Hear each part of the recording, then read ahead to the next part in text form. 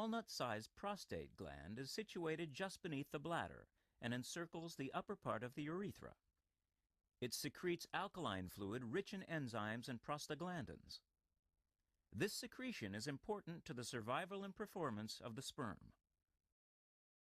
The aging male is prone to develop enlargement of the prostate, known as benign prostatic hyperplasia, or BPH. The prostate contains numerous small glands which secrete into the urethra, and muscle fibers and connective tissue. In benign prostatic hyperplasia, all of these elements increase, resulting in enlargement of the prostate gland. The first changes in BPH involve proliferation of glandular tissue in the area known as the transitional zone. This is the area immediately surrounding the urethra. As the prostate enlarges, it compresses and distorts that part of the urethra which passes through it, causing disruption to the normal flow of urine.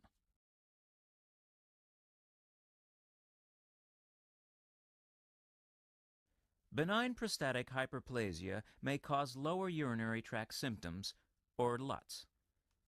These include problems with voiding, such as hesitating and starting to urinate, a reduction in the stream, a feeling that the bladder has not completely emptied with urination, and dribbling after urination. Nocturia, or increased frequency of urination at night, causing the person to get up more than once during the night, is another common symptom and may seriously interfere with sleep. Sometimes, despite frequent urination, the bladder may not empty completely, causing a large post-void residual urinary problem. This situation requires intervention to avoid problems associated with urinary retention, such as increased risk of infection, bladder stone formation, or cancer development.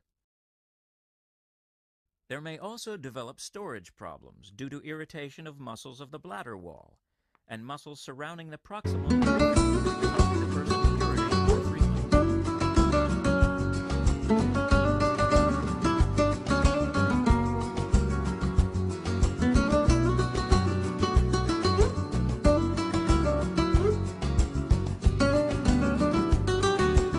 Visualization of the anatomy is initially performed with the resectoscope in the bladder, locating the ureteral orifices.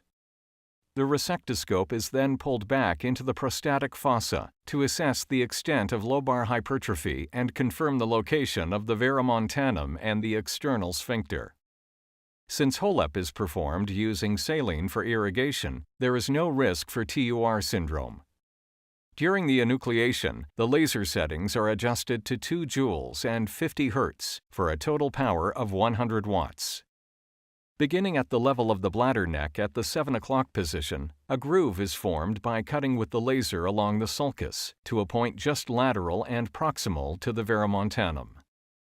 This groove is deepened to the level of the surgical capsule of the prostate.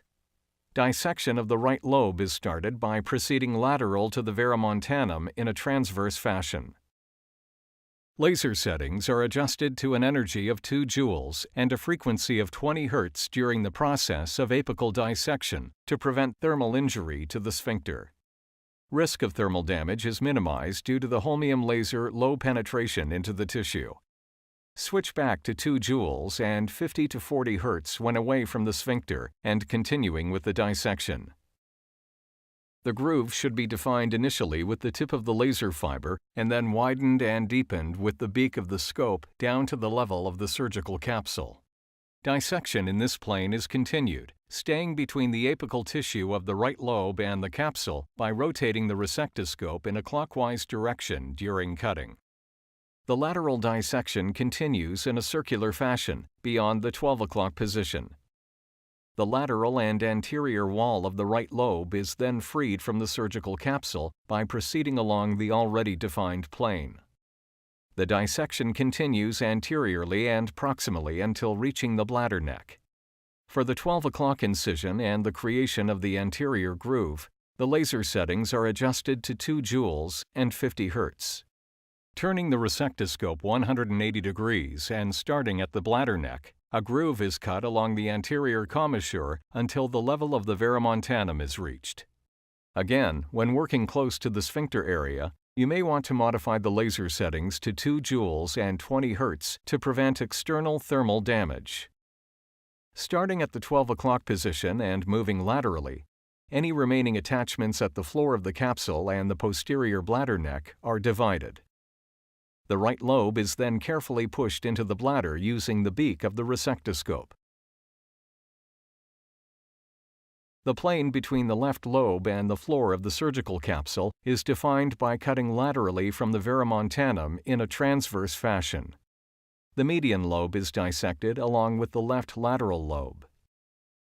Dissection of the median lobe, the left lobe apex, anterior portion of the lobe, and division of the remaining attachments at the bladder neck are done using the same technique used for the right lobe. When completed, the lobes are again pushed into the bladder using the beak of the resectoscope. HoLEP is suitable for any size of prostate, as the procedure removes the lobes from the capsule, regardless of their size. Before the morcellation is started, it is important to inspect the prostatic fossa and achieve hemostasis in order to optimize visualization.